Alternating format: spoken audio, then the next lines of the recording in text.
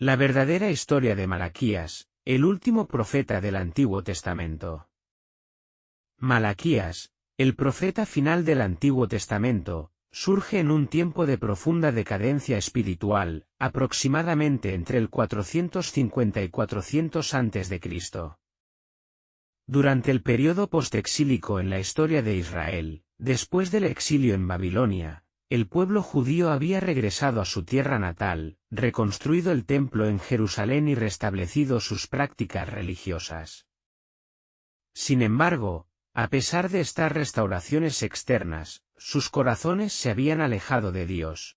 El nombre Malaquías significa «mi mensajero», y la Biblia no ofrece mucha información sobre el hombre detrás del nombre. Algunos estudiosos creen que Malaquías podría ser un título en lugar de su nombre real, lo que indicaría que fue un mensajero de Dios enviado para entregar una palabra crítica en un momento crucial. Otros creen que pudo haber sido un escriba o profeta conocido entre el pueblo, pero que Dios lo llamó específicamente para abordar la apatía y el liderazgo espiritual deficiente de la nación. El clima espiritual en tiempos de Malaquías. El libro de Malaquías fue escrito durante el periodo posterior al regreso del pueblo judío del cautiverio babilónico. Aunque el pueblo había reconstruido el templo bajo el liderazgo de Zorobabel y restablecido el culto en el templo, rápidamente volvieron a caer en patrones de indiferencia, negligencia y pecado. Sus actividades religiosas externas, como los sacrificios, los rituales del templo y las festividades, continuaban, pero sus corazones no estaban en ello. El ministerio de Malaquías, como el de sus predecesores proféticos, era confrontar al pueblo con su pecado y llamarlos de vuelta a la verdadera adoración a Yahvé.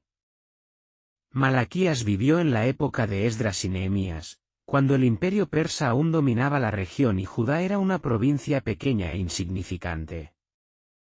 El pueblo esperaba cosas gloriosas tras su regreso del exilio, prosperidad, paz y la presencia de Dios, como en los días del rey David. Pero esas esperanzas no se habían realizado, y el pueblo se había desilusionado. Dudaban de las promesas de Dios, se volvían laxos en su adoración y cuestionaban si valía la pena servir a Dios.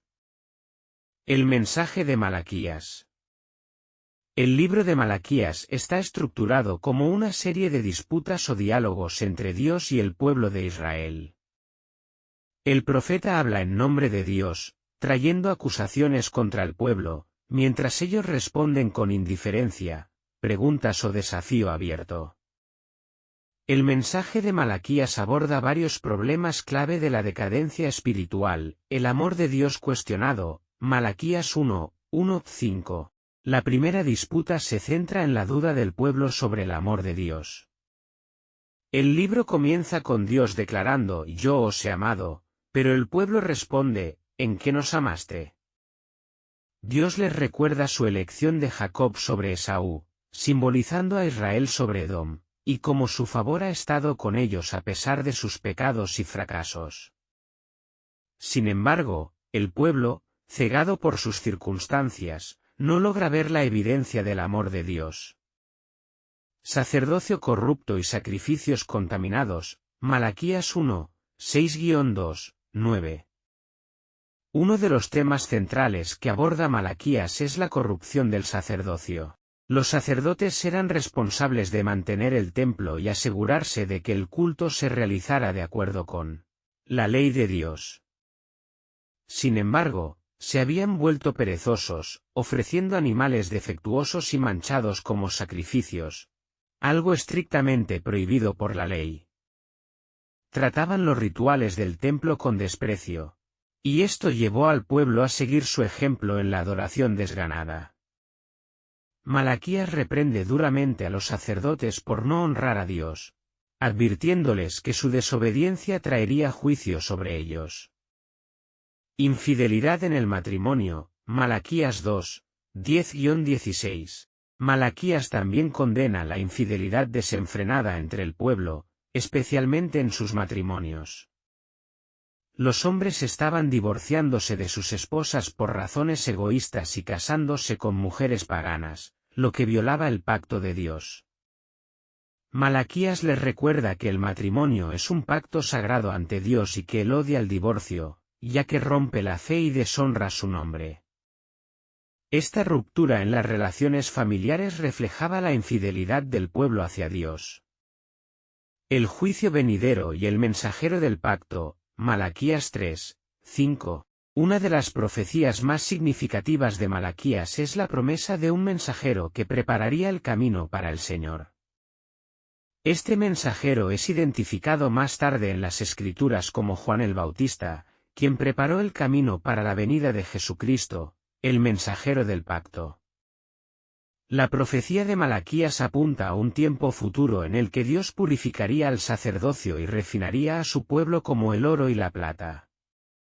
El día del Señor, un día de juicio para los malvados y de bendición para los justos, estaba por llegar. Robar a Dios con diezmos y ofrendas, Malaquías 3, 6-12. Otro cargo serio que Malaquías presenta contra el pueblo es que estaban robando a Dios al retener los diezmos y ofrendas. La ley requería que se diera una décima parte de los productos y ganancias del pueblo para sostener el templo y a los sacerdotes, pero el pueblo se había vuelto avaro y descuidaba este deber. Dios los desafía a probar su fidelidad trayendo el diezmo completo al alfolí, prometiendo que si lo hacían, Él derramaría abundantes bendiciones sobre ellos.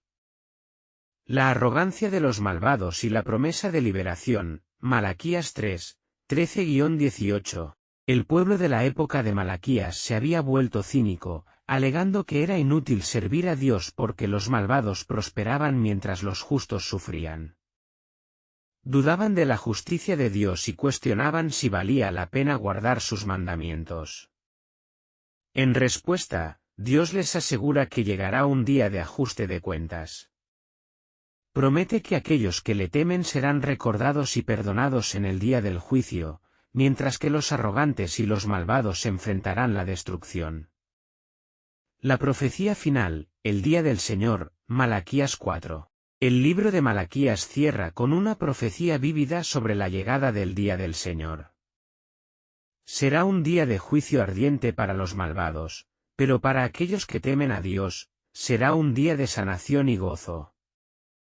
Malaquías promete que el sol de justicia se levantará con sanidad en sus alas y los justos saldrán saltando como becerros del establo. Antes de este día, sin embargo, Dios enviará al profeta Elías para volver los corazones de los padres hacia los hijos y los corazones de los hijos hacia los padres. Esta profecía se cumplió en el ministerio de Juan el Bautista, quien vino en el espíritu y poder de Elías, preparando el camino para Jesucristo. El papel de Juan como el mensajero profetizado por Malaquías se hizo claro cuando declaró: «Arrepentíos, porque el reino de los cielos se ha acercado», Mateo 3, 2. También se identificó como la voz del que clama en el desierto, Isaías 40, 3, lo que confirmó su llamado profético para preparar el camino del Señor. El bautismo de arrepentimiento de Juan fue otra parte fundamental de su ministerio. Multitudes de Jerusalén, Judea y las regiones circundantes vinieron a ser bautizadas por él en el río Jordán. Al hacer esto, Juan estaba preparando los corazones del pueblo para la venida de Jesús. Juan identifica a Jesús como el Mesías. El momento culminante cuando el silencio terminó fue cuando Juan el Bautista reconoció y anunció públicamente a Jesús como el Mesías en Juan 1:29. Al acercarse Jesús, Juan declaró: «He aquí el Cordero de Dios que quita el pecado del mundo». El papel de Juan como precursor se completó en ese momento, al señalar a las personas directamente a Jesús, el que cumpliría las profecías del Antiguo Testamento sobre el Salvador. Más tarde, durante el bautismo de Jesús, los cielos se abrieron y se oyó de nuevo la voz de Dios después de 400 años de silencio. Dios proclamó: «Este es mi Hijo amado, en quien tengo complacencia», Mateo 3:17. El Espíritu Santo también descendió sobre Jesús como una paloma, significando que él era el ungido prometido. La llegada de Jesús, el fin definitivo del silencio. El ministerio de Juan el Bautista preparó el camino, pero el verdadero y definitivo fin del silencio llegó con la llegada de Jesucristo. Su nacimiento, vida, muerte y resurrección fueron el cumplimiento de todas las promesas y profecías hechas en el Antiguo Testamento. El nacimiento de Jesús fue milagroso, anunciado por el ángel Gabriel a María, Lucas 1, 26-38, y proclamado por una multitud de ángeles a los pastores en el campo, Lucas 2, 8-14. La vida y el ministerio de Jesús revelaron el reino de Dios, sanando a los enfermos, expulsando demonios y enseñando con autoridad. Cumplió todo lo que los profetas, incluyendo Malaquías, habían dicho.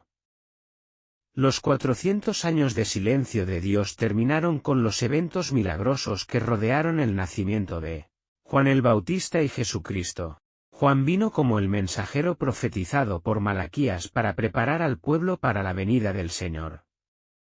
Rompió el silencio llamando al arrepentimiento y señalando al Mesías. El silencio se rompió completamente cuando la voz de Dios se oyó de nuevo en el bautismo de Jesús, confirmando que el Salvador tan esperado finalmente había llegado. Esta serie de eventos cumplió la profecía del Antiguo Testamento y marcó el comienzo de una nueva era, el Nuevo Pacto, donde el plan de salvación de Dios a través de Jesucristo fue revelado a toda la humanidad. ¿Por qué fue bautizado Jesús? El bautismo de Jesús es un evento significativo en su vida y ministerio. Aunque Jesús, como el Hijo de Dios sin pecado, no necesitaba el bautismo para el perdón de los pecados, eligió ser bautizado por varias razones importantes. El relato de su bautismo se encuentra en los Evangelios, particularmente en Mateo 3, 13-17, Marcos 1, 9-11, Lucas 3, 21-22 y Juan 1, 29-34. A continuación se presentan las principales razones por las cuales Jesús fue bautizado, para cumplir con toda justicia. Cuando Jesús se acercó a Juan el Bautista en el río Jordán para ser bautizado, Juan inicialmente se resistió, diciendo, «Yo necesito ser bautizado por ti, y tú vienes a mí». Mateo 3:14. Juan reconoció que Jesús, el Mesías sin pecado, no necesitaba el bautismo de arrepentimiento como los demás. Sin embargo, Jesús respondió, «Deja ahora, porque así conviene que cumplamos toda justicia». Mateo 3:15. Esta frase, cumplir toda justicia, indica que el bautismo de Jesús era parte del plan divino de Dios. Aunque Jesús no tenía pecado, su bautismo fue un acto de obediencia al plan del Padre. Al ser bautizado, Jesús se estaba identificando con la humanidad pecadora y sometiéndose a los requisitos justos del Padre para la salvación. Fue una afirmación pública de su compromiso para llevar a cabo el plan de redención de Dios. Para identificarse con los pecadores, aunque Jesús no tenía pecados de los cuales arrepentirse, su bautismo fue un acto poderoso de identificación con la humanidad pecadora. A lo largo de su ministerio, Jesús mostró solidaridad con aquellos a quienes vino a salvar. Al someterse al bautismo, se alineó con las personas que vino a redimir y demostró que compartía plenamente su experiencia humana. En Isaías 53, 12, la profecía del siervo sufriente dice que el Mesías fue contado entre los transgresores. El bautismo de Jesús prefiguraba el acto supremo de identificación con los pecadores, su muerte en la cruz, donde tomaría sobre sí los pecados de la humanidad. Para inaugurar su ministerio público, el bautismo de Jesús marcó el comienzo de su ministerio público. Hasta ese momento, Jesús había vivido en relativa oscuridad en Nazaret. Su bautismo fue el momento en que fue revelado públicamente como el Mesías y sirvió como el inicio formal de su misión en la tierra. En el bautismo, el Espíritu Santo descendió sobre Jesús en forma de paloma y una voz del cielo proclamó, «Este es mi Hijo amado, en quien tengo complacencia». Mateo 3, 16-17. Esta afirmación divina declaró públicamente a Jesús como el Hijo de Dios y el Mesías. También marcó el empoderamiento de Jesús por el Espíritu Santo para su ministerio de enseñanza, sanación, y en última instancia, su obra de salvación. Para cumplir las profecías del Antiguo Testamento, el bautismo de Jesús cumplió varias profecías del Antiguo Testamento sobre el Mesías. En Isaías 42, 1, Dios dice de su siervo, el Mesías: He aquí mi siervo, yo le sostendré, mi escogido, en quien mi alma tiene contentamiento, he puesto sobre él mi espíritu, él traerá justicia a las naciones. Esta profecía se cumplió cuando el Espíritu descendió sobre Jesús en su bautismo, confirmándolo como el siervo escogido de Dios. 6. Jesús gana popularidad y oposición. A medida que Jesús comenzó su ministerio público, su fama se extendió rápidamente. Multitudes acudían a escuchar sus enseñanzas y presenciar sus milagros. Sanaba a los enfermos, expulsaba demonios y realizaba otras señales milagrosas que atraían la atención de personas de toda la región. Al mismo tiempo, Jesús comenzó a enfrentar una creciente oposición por parte de los líderes religiosos, especialmente los fariseos y saduceos. Sus enseñanzas sobre el reino de Dios desafiaban su autoridad y exponían su hipocresía. Su creciente popularidad también los hacía sentir amenazados, y eventualmente planearían en su contra. 7. Jesús anuncia su misión en Nazaret. Un momento crucial después de su bautismo ocurrió cuando Jesús regresó a su ciudad natal de Nazaret y anunció su misión públicamente en la sinagoga. Leyó del rollo del profeta Isaías: El Espíritu del Señor está sobre mí, porque me ha ungido para proclamar buenas nuevas a los pobres. Me ha enviado para proclamar libertad a los cautivos y la recuperación de la vista a los ciegos, para poner en libertad a los oprimidos, para proclamar el año de la buena voluntad del Señor. Lucas 4, 18-19. Después de leer este pasaje, Jesús declaró: Hoy se ha cumplido esta escritura en presencia de ustedes. Lucas 4 y 21. Esta declaración audaz reveló que Jesús se veía a sí mismo como el cumplimiento de las profecías mesiánicas. También destacó los aspectos clave de su misión: llevar buenas noticias, sanidad y libertad a los necesitados. Sin embargo, sus palabras no fueron bien recibidas en Nazaret, y la gente lo rechazó. 8. Predicando el reino de Dios.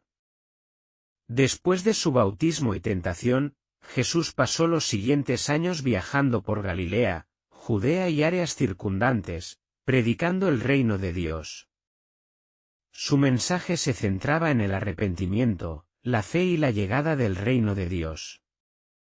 Las enseñanzas de Jesús a menudo tomaban la forma de parábolas, como la parábola del sembrador, la parábola del buen samaritano y la parábola del hijo pródigo. Estas historias transmitían profundas verdades espirituales y desafiaban a las personas a repensar su comprensión de Dios, la justicia y la salvación. Después de su bautismo, Jesús vivió varios momentos decisivos que moldearon su ministerio y revelaron su identidad como el Mesías. Su tentación en el desierto demostró su victoria sobre el pecado y Satanás.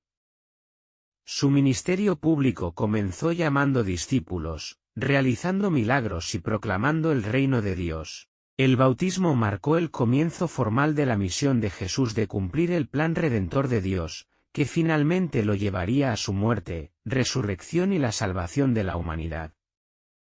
¿Por qué el desierto? El desierto tiene un profundo significado simbólico y espiritual en la Biblia, y hay varias razones por las que Jesús fue llevado al desierto después de su bautismo. Su tiempo en el desierto, marcado por el ayuno, la tentación y la prueba espiritual, jugó un papel crucial en su preparación para el ministerio público.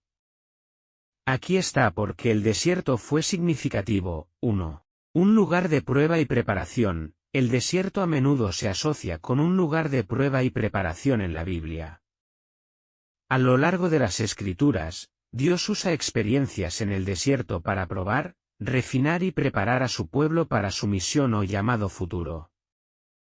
Para Jesús, los 40 días en el desierto fueron un tiempo de prueba de su obediencia, fe y compromiso con su misión como el Mesías. Esta experiencia fue un paralelo de los 40 años que los israelitas pasaron en el desierto después del Éxodo, donde fueron probados por Dios y preparados para entrar en la tierra prometida. El ayuno de 40 días de Jesús en el desierto simbolizó su completa dependencia de Dios y su rechazo al poder mundano y la autosuficiencia. Al igual que Israel fue probado en el desierto y falló, Jesús fue probado por Satanás y permaneció fiel a Dios, demostrando que él era el verdadero y fiel Hijo de Dios. 2. Simbólico del viaje de Israel. La experiencia de Jesús en el desierto reflejó el viaje de los israelitas por el desierto después de su éxodo de Egipto. En el Antiguo Testamento, Israel vagó en el desierto durante 40 años debido a su desobediencia y falta de fe en Dios. Durante ese tiempo, enfrentaron pruebas de hambre, sed y confianza en Dios, y a menudo fallaron, quejándose y rebelándose contra el liderazgo de Dios. En contraste, Jesús triunfó donde Israel había fallado. Al ir al desierto durante 40 días y superar la tentación, Jesús actuaba como el nuevo y perfecto Israel, mostrando obediencia y confianza en Dios donde la nación había flaqueado. Cumplió lo que Israel no pudo, demostrando que era el verdadero cumplimiento de las promesas del pacto de Dios. 3. Enfrentar a Satanás y al mal de frente. El desierto era un lugar desolado y aislado, pero más importante aún, se convirtió en el campo de batalla donde Jesús se enfrentó a Satanás directamente. En este entorno, lejos de las distracciones y comodidades, Satanás tentó a Jesús con diversas ofertas de poder, sustento y gloria. Estas tentaciones pusieron a prueba la lealtad de Jesús a Dios y su misión. Alimentación de los 4,000. Mateo 15, 30-39, Marcos 8, 1-10. En otra ocasión, Jesús alimentó a una gran multitud de 4,000 hombres, además de mujeres y niños, con 7 panes y unos pocos peces. Después de dar gracias, partió los panes y los distribuyó, y todos comieron hasta quedar satisfechos. Nuevamente, recogieron 7 canastas de sobras, lo que ilustró la compasión de Jesús por los hambrientos y su capacidad para proveer abundantemente. Caminar sobre el agua. Juan 6, 16-21. Aunque este milagro ya fue mencionado brevemente, vale la pena señalar que después de alimentar a los 5,000, Jesús caminó sobre el agua para alcanzar a sus discípulos, quienes estaban luchando contra las olas en el mar de Galilea. Al verlo, se aterraron, pero Jesús les tranquilizó: «Soy yo, no tengan miedo». Este milagro destacó su dominio sobre la naturaleza y su cuidado por sus discípulos. Maldición de la higuera. Marcos 11, 12-14, 20-21. De camino a Jerusalén, Jesús vio una higuera con hojas, pero sin fruto, y la maldijo diciendo: «Que nadie vuelva a comer fruto de ti». Al día siguiente, los discípulos vieron que el árbol se había secado. Este acto simbolizó el juicio contra Israel por su falta de fruto y formó parte de su enseñanza sobre la fe y el juicio venidero. La transfiguración.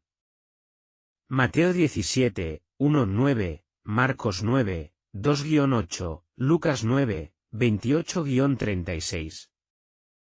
Aunque no fue un milagro en el sentido tradicional de sanación o control de la naturaleza, la transfiguración fue un evento profundo. Jesús llevó a Pedro, Santiago y Juan a una montaña alta, y allí se transfiguró ante ellos. Su rostro brillaba como el sol y su ropa se volvió blanca como la luz. Moisés y Elías aparecieron conversando con él. Este evento reveló su gloria divina y afirmó su identidad como el Hijo de Dios. La resurrección. Mateo 28, 1-10, Marcos 16, 8, Lucas 24, 1-12, Juan 20, 1-18. El milagro más significativo de todos fue la resurrección de Jesús de entre los muertos al tercer día después de su crucifixión. Este evento milagroso validó sus afirmaciones de divinidad y la verdad de sus enseñanzas. Jesús se apareció a sus discípulos y a muchos otros durante un periodo de 40 días, proporcionando pruebas irrefutables de su victoria sobre el pecado y la muerte. A lo largo de su ministerio, Jesús realizó numerosos milagros que demostraron su autoridad divina, compasión y la venida del reino de Dios. Estos milagros incluyeron sanaciones, control sobre la naturaleza, exorcismos e incluso la resurrección de los muertos, señalando su identidad como el Mesías y la esperanza de salvación. Cada milagro no solo atendió necesidades físicas inmediatas, sino que también transmitió verdades espirituales más profundas sobre la fe, la gracia y el amor de Dios por la humanidad. Que tu jornada espiritual esté llena de la gracia y la paz de Dios. No olvides darle like, suscribirte y compartir este vídeo para inspirar a otros en su caminar con el Señor. Que tu jornada espiritual esté llena de la gracia y la paz de Dios. No olvides darle like, suscribirte y compartir este vídeo para inspirar a otros en su caminar con el Señor.